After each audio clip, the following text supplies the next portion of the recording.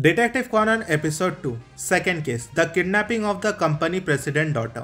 जहां से पहला एपिसोड छूटा था वहां से ही सेकेंड एपिसोड स्टार्ट होता है, जहां दो पुलिस ऑफिसर शिनिची से पूछते हैं क्या तुम ठीक हो बेटा। शिनिची मन में सोचता है बेटा ये लोग कौन है और ये क्या कह रहे हैं, मैं तो second year high school student हूँ। इस पे ऑफिसर शिनिची से पूछते हैं तुम्हें सिर पर चोट कैसे लगी। शिनिची कहता है चोट, फिर सोचता है सही कहा, वो काले कपड़े वाले आदमी ने मुझे मारा था।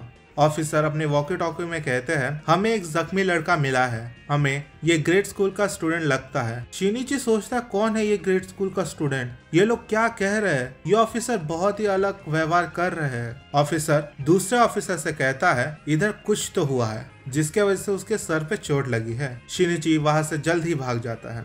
नेक्स्ट सीन में हमें मॉरी डिटेक्टिव एजेंसी देखने को मिलता है, जहां रान घर पहुंच जाती है और उसका बाप शराब की लत में है और रान अपने पापा को कहती है क्या पापा आप ये कचरा फेंकना बंद करोगे सभी जगह, इसलिए आपको कोई जॉब नहीं दे रहा है और मम्मी भी आपको छोड़ के चली गई है। इस पे मॉरी कहता है जॉब चूज मैं करता हूँ, वैसे ये तुम्हारा सो कॉल्ड डिटेक्टिव दोस्त का है, वो तुम्हारे साथ ही तो गया था ना। इस पे रान कहती है वो मेरे साथ था जब हम पार्क में गए थे, लेकिन और सीन कट हो जाता है और नेक्स्ट सीन में हमें शिनिची बारिश में भागता हुआ दिखता है घर के लिए और वो कहता है कि मैं ज्यादा दूर तक तो नहीं दौड़ा फिर भी मेरी सांस क्यों फूल रही है। फिर वो ग्लास डोर में खुद को देखता है और कहता है ये मैं तो छोटा हो गया, कैसे, रुको वो तो नहीं, शायद यही है, ये सब उस पील की वजह से हो रहा है। दूसरी तरफ रान शिनिची को कॉल लगाती है घर में, पर कोई फोन नहीं उठाता है और वो सोचती है क्या शिनिची अभी तक घर पहुंचा नहीं। मॉरी इस पे कहता है शायद वो बाहर खाने पे गया होगा अपने पापा या फिर कुछ काम होगा उसका।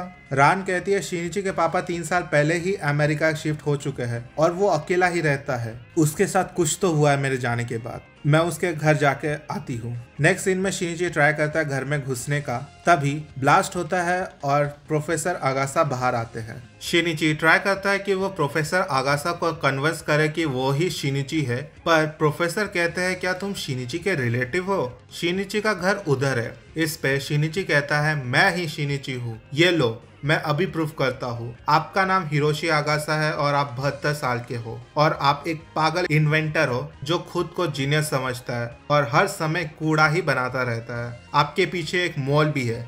इस पे डॉक्टर आगासा कहते हैं कि ये तो सिर्फ शिनिची को पता था, क्या वो मेरे सीक्रेट सबको बोलते जा रहा है। इस पे शिनिची कहता है ऐसा नहीं है क्योंकि मैं ही शिनिची हूँ, मुझे जबरदस्ती एक पिल खाने को मजबूर किया गया जिसके वजह से मेरा बॉडी छोटा हो गया। इस पे प्रोफेसर आगासा कहते हैं पिल जो छोटा कर दे, मैं मानता ही नहीं ऐसा पिल एग्जिस्ट करता है दुनिया में, तुम नालायक बच्चे, मैं तुम्हें अभी पुलिस के पास लेके जाता हूँ, चलो। इस पे शिनिची कहता है प्रोफेसर अभी आप गिरे थे ना कोलंबिया रेस्टोरेंट से वापस आते हुए। प्रोफेसर अगर सब पूछते हैं तुम्हें कैसे पता।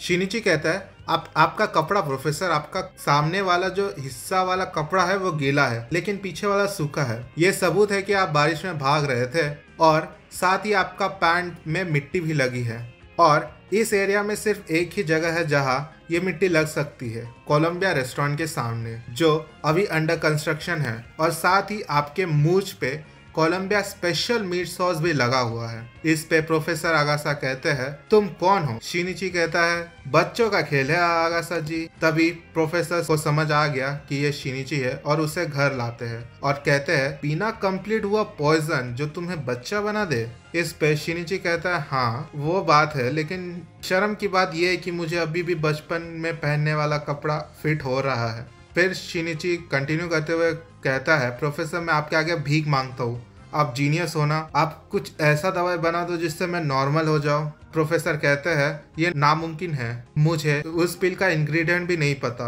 जो तुमने लिया है। शिनिची कहता है फिर तो हमें उन लोगों को पता लगाना होगा और कुछ पिल लाना होगा। प्रोफेसर कहते हैं वो हो सकता है, लेकिन शिनिची अगर उनको पता चला कि तुम जिंदा हो तो वो वापस आएंगे और तुम्हें मार देंगे, तो यही सही रहेगा ये सीक्रेट हम दोनों के बीच रहे। रान तभी शिनिची को ढूंढते हुए घर आती है और आवाज लगाती है शिनिची तुम क्या घर में हो। रान कंटिन्यू करते हुए कहती है अगर तुम घर में हो तो कभी तो अपना फोन उठा लो।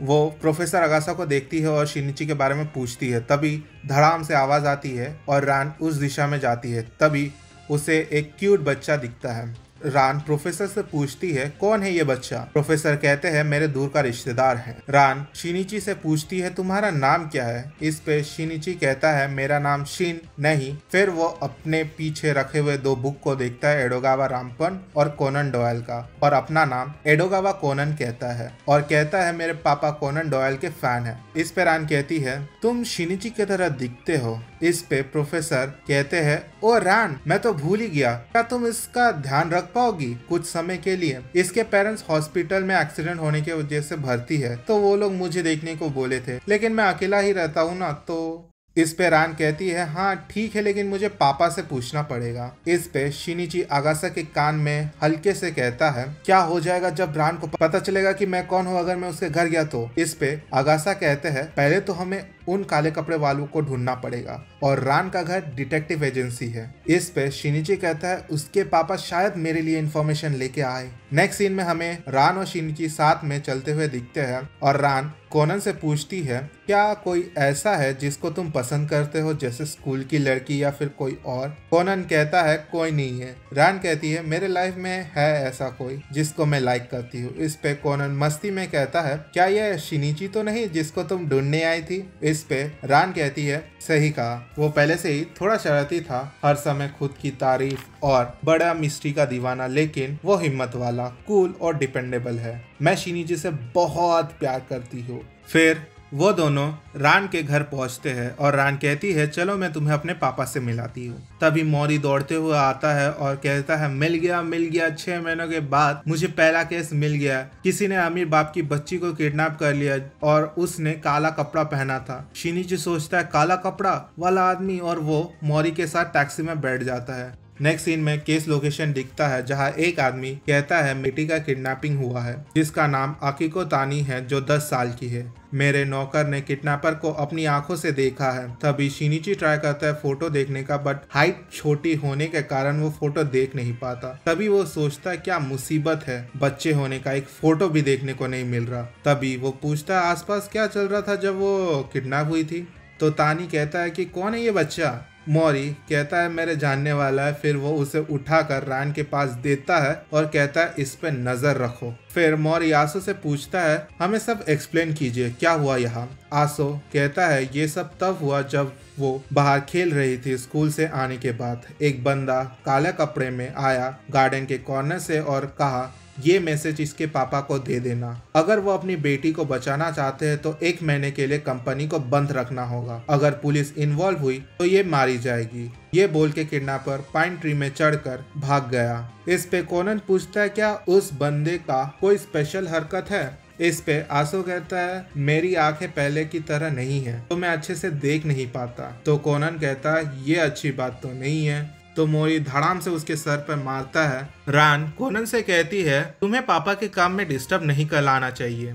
फिर मौरी पूछता है कि कोई किडनैपर का वॉइस सुना है या दूसरा कोई आवाज जो अलग हो। नौकरानी कहती है नहीं, आसोसान के मदद बुलाने के आवाज से पहले कुछ भी नहीं सुना, सब शांत था। इस पे मौरी कहता है इसका मतलब आसोसान ही है जिसने किडनैपर को देखा है। डिमांड को सुन के ऐसा लग रहा है जैसे किडनैपर आपका कोई राइवल कंपनी से होना चाहिए। तानी कहता है शिट, ये लोग तो ऊपर से पैसे भी मांग रहे हैं, अभी मुझे फोन आया था वो लोग 300 मिलियन मांग रहे हैं। शिनिची सोचता है यह कुछ तो गड़बड़ है, क्योंकि किडनैपर इसे घर से ही क्यों किडनैप करके लेके गया। सबसे इजी होता जब वो स्कूल से आती हुई तब किडनैप होती, लेकिन उसने यूज पैसा का डिमांडिंग क्यों किया, ये थोड़ा अलग बात है।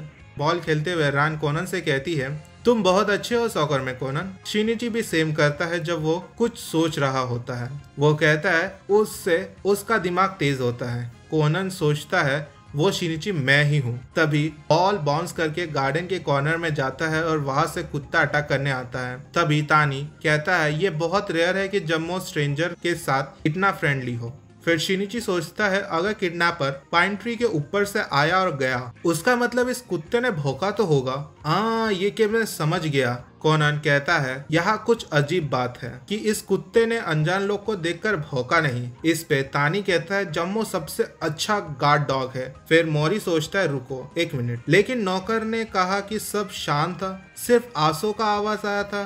मौरी कहता है, कहाँ जा रहे हो आसो, आपके स्टोरी में कुछ तो गड़बड़ है। किडनैपर आया, बच्ची को उठाया और पाइन ट्री में चढ़कर भाग गया, लेकिन कुत्ते ने भौंका नहीं। ऐसा कैसा? और तुम्हारा बयान कुछ अटपटा सा है। क्या वहाँ पे सच्ची में कोई काला कपड़े वाला आदमी था, आसो सान, या फिर कहूँ किडनैपर सान? इस पे तानी कहता है, तेरी माँ की। आसो माफी मांगता और कहता है, ये मैंने अपने से किया है। इस पे मौरी कहता है, कहाँ है बच्ची? आसो कहता है, होटल में। मौरी कहता है, केस सॉल्व। मौरी को के होते हुए कोई भी केस अनसॉल्व नहीं रहेगा, लेकिन शिनिची सोचता है ये अभी तक खत्म नहीं हुआ है। इस केस में कुछ तो अलग बात है।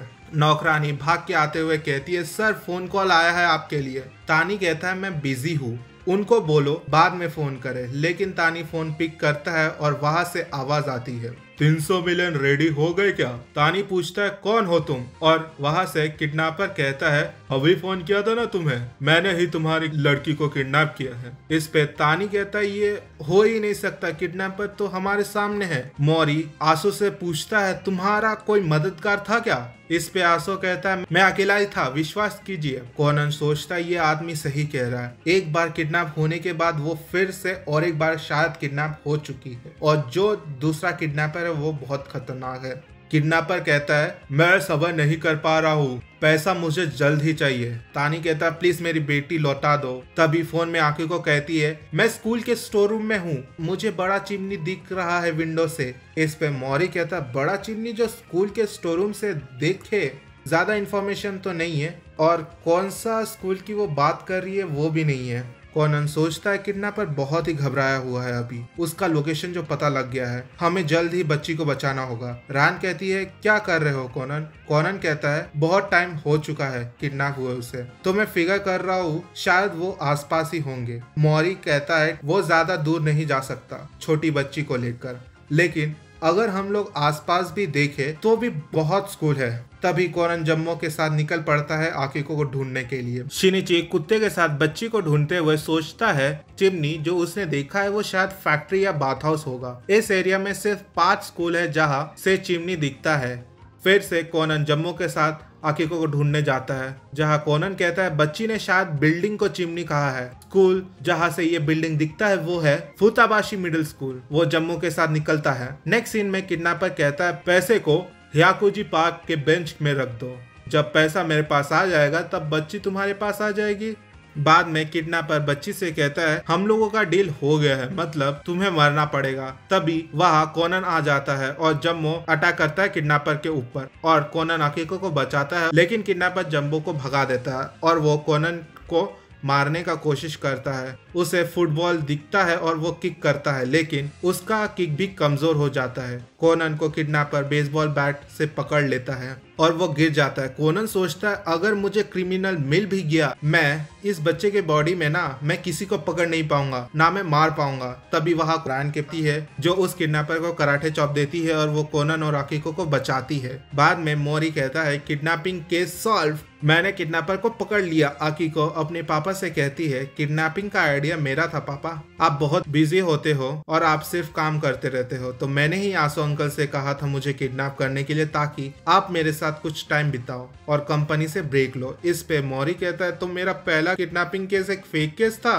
तभी तानी कहता है, मेरी बच्ची ने कहा और तुमने हेल्प किया आसो, मैं तुम्हें माफ नहीं करूंगा। आसो, पनिशमेंट के लिए तुम हम लोगों के 1 हफ्ते का ट्रिप का अरेंजमेंट करोगे। Case solve. रान टैक्सी में मौरी से कोनन के बारे में पूछती है। प्रोफेसर अगासा ने कहा अगर हम इसका ख्याल रख पाए तो। मौरी कहता है, क्यों नहीं, जैसे ही वो मेरे जिंदगी में आया मुझे एक केस मिल गया, ये मेरे लिए एक लकी चार्म है, मेरे साथ रहो बेटा, मेरा बेटा बनकर। अभी कोनन को ग्रेड स्कूल स्टार्ट करना पड़ेगा। दी एंड।